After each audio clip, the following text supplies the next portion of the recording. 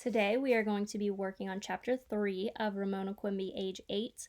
We have read Chapters 1 and 2, and if you remember where we left off, Ramona was playing with Willa Jean and Bruce, and she didn't really want to play with them. She wanted to read her sustained silent reading book about fairy tales, so she told Willa Jean that she couldn't play with her anymore because she had to do her sustained silent reading. So she got out of playing with Willa Jean that way.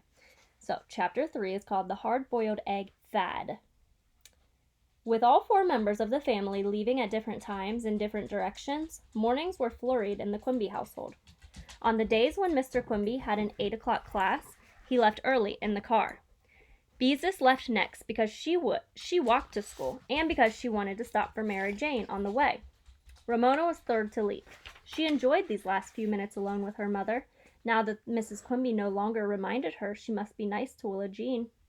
"Did you remember to give me a hard-boiled egg in my lunch like I asked?" Ramona inquired one morning. This week, hard-boiled eggs were popular with third graders, a fad started by Yardape, who sometimes brought his lunch. Last week, the fad had been individual bags of corn chips. Ramona had been left out of that fad because her mother objected to spending money on junk food. Surely her mother would not object to a nutritious hard-boiled egg. "Yes, I remembered the hard-boiled egg, you little rabbit," said Mrs. Quimby. "I'm glad you have finally learned to like them." Ramona did not feel it necessary to explain to her mother that she still did not like hard-boiled eggs, not even when they had been dyed for Easter. Neither did she like soft-boiled eggs, because she did not like slippery, slithery food. Ramona liked deviled eggs, but deviled eggs were not the fad, at least not this week. On the bus, Ramona and Susan compared lunches. Each was happy to discover that the other had a hard-boiled egg, and both were eager for lunchtime to come. While Ramona waited for lunch period, school turned out to be unusually interesting. After the class had filled out their arithmetic workbooks, Mrs. Whaley handed each child a glass jar containing about 2 inches of a wet blue substance. She explained that it was oatmeal dyed blue. Ramona was first to say, "Yuck." Most people made faces, and Yardape made a gagging noise. "Okay, kids, quiet down," said Mrs. Whaley. When the room was quiet, she explained that for science, they were going to study fruit flies. The blue oatmeal contained fruit fly larvae. "And why do you think the oatmeal is blue?" she asked. Several people thought the blue dye was some sort of food for the larvae. Vitamins, maybe? Marcia suggested the oatmeal was dyed blue so the children wouldn't think it was good to eat. Everybody laughed at this guess. Who would ever think cold oatmeal was good to eat? Yardape came up with the right answer. The oatmeal was dyed blue so the larvae could be seen. And so they could. Little white specks. As the class bent over their desks, making labels for their jars, Ramona wrote her name on her slip of paper and added, "Age 8," which she always wrote after her signature. Then she drew tiny fruit flies around it, before she pasted the label on her very own jar of blue oatmeal and fruit fly larvae. Now she had a jar of pets. There she is, writing her name for her jar. "That's a really neat label, Ramona," said Mrs. Whaley. Ramona understood that her teacher did not mean tidy when she said neat, but extra good. Ramona decided she liked Mr. Whaley after all. The morning was so satisfactory that it passed quickly. When lunchtime came, Ramona collected her lunchbox and went off to the cafeteria, where, after waiting in line for her milk, she sat at a table with Sarah, Janet, Marcia, and other third-grade girls. She opened her lunchbox, and there, tucked in a paper napkin, snug between her sandwich and an orange, was her hard-boiled egg, smooth and perfect, the right size to fit her hand. Because Ramona wanted to save the best for last, she ate the center of her sandwich, tuna fish, and poked a hole in her orange so that she could suck out the juice. Third graders did not peel their oranges. At last, it was time for the egg. There were a number of ways of cracking eggs. The most popular, and the real reason for bringing an egg to school, was knocking the egg against one's head. There were 2 ways of doing so: by a lot of timid little raps, or by one big whack. Sarah was a rapper. Ramona, like Yardape, was a whacker. She took a firm hold on the egg, waited until everyone at her table was watching, and whack!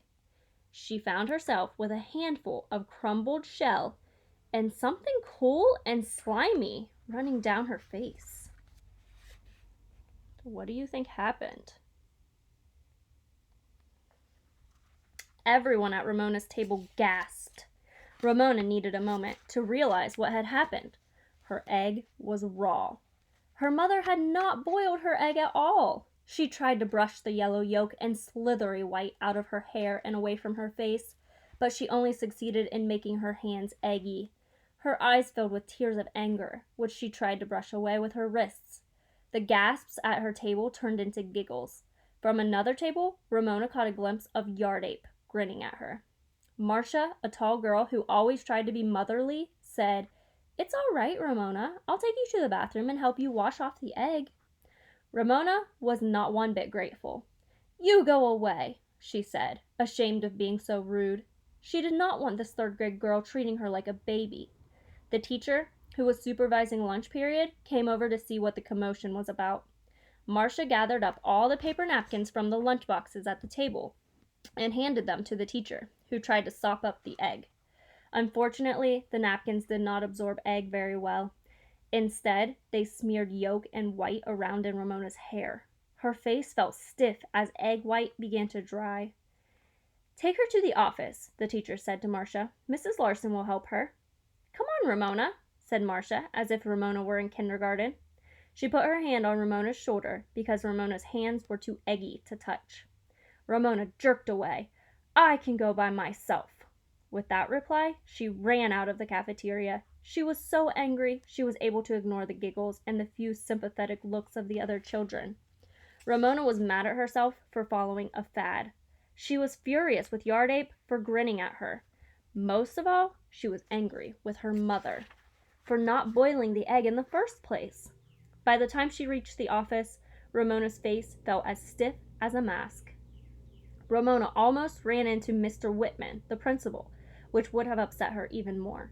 He was someone Ramona always tried to avoid ever since Beezus had told her that the way to remember how to spell the kind of principal who was the principal of a school was to remember the word ended in P-A-L, not P-L-E, because the principal was her pal. Ramona did not want the principal to be her pal. She wanted him to mind his own business, aloof and important, in his office. Mr. Whitman must have felt the same way because he stepped, almost jumped, quickly aside.